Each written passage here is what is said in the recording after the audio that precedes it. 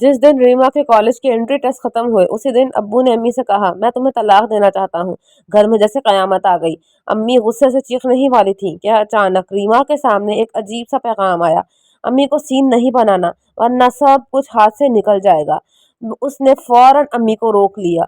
अम्मी अभी कुछ मत कहना, अब्बू के सामने कमजोर बनो, मासूम बनो, गुस्सा नहीं करना। अम्मी ने हैरान होकर रीमा को देखा। उसने आहिस्ता से कहा, क्योंकि अगर आप सुकून से तलाक लेती हैं तो अब्बू की आधी दौलत आपकी हो सकती है। अम्मी का गुस्सा फौरन हैरत में बदल गया। आधी दौलत? हाँ, और बात करोड़ों की नहीं, अरबों की है। अब्बू की एक कंपनी स्टॉक मार्केट में लिस्ट हो चुकी थी और इसमें इनका बड़ा हिस्सा था। बाकी दो कंपनियां, घर, जमीनें, गाड़ियां और सरमायाकारी अलग।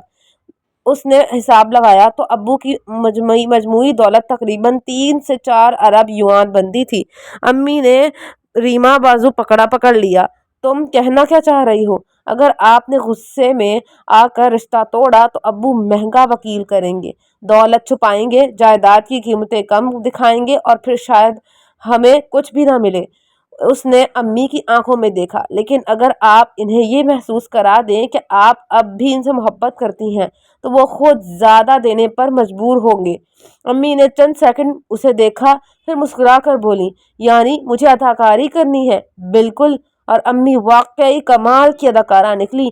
अब्बू घर आए तो अम्मी ने कोई झगड़ा नहीं किया। वो बस खामोशी से बोली, आप थक गए होंगे, खाना लगा दूं?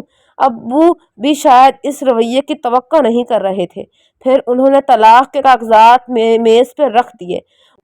मैंने माहदा दोबारा बनवाया है, देख लो। अम्मी ने कागज हाथ में लिया मगर पैसे की बात करने की बजाय अचानक पूछा, मैं वो पुरानी तस्वीर ले सकती हूँ? अब्बू चौंक गए। कौन सी? वही जो हमने शादी से पहले बनवाई थी जब हम पहली बार मिले थे। अब्बू खामोश हो गए। अम्मी ने धीमी आवाज में कहा, 20 साल आपके साथ गुजारे हैं, मुझे किसी चीज का अफसोस नहीं, बस यादें छोड़ना मुश्किल है। बस यही वो लम्हा था जिसका रीमा को इंतजार था। अब्बू को पैसों से ज्यादा एहसास जुर्म ने घेर लिया था। पहले उन्होंने 15 मिलियन युआन देने की कोशिश की। अम्मी फौरन बोली, नहीं, इतने ज्यादा पैसे नहीं चाहिए, 20 मिलियन काफी है। रीमा अंदर ही अंदर सोच रही थी, अम्मी आपको अंदाजा भी है आप क्या कह रही हैं? अबू ने फौरन कहा, 50 मिलियन? मैंने कहा तो 50 ही होंगे। फिर अम्मी ने मजीद कुछ मांगने के बजाय बस इतना कहा, आपकी नई जिंदगी है, आपको भी बहुत कुछ चाहिए होगा। अबू का ज़मीर मजीद जाग गया। उन्होंने कहा, अच्छा मगरबी हिस्से वाला विला भी ले लो।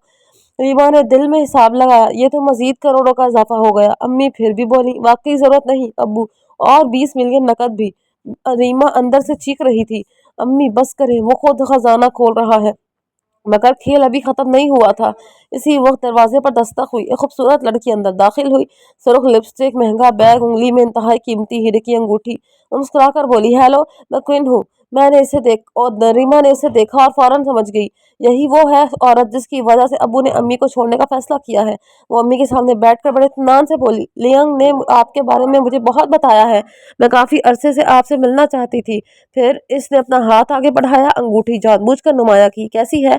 अम्मी खामोश रही। वो मुस्कुराई, लियांग ने मुझे प्रपोज किया है, तलाक होते ही हमारी शादी हो जाएगी।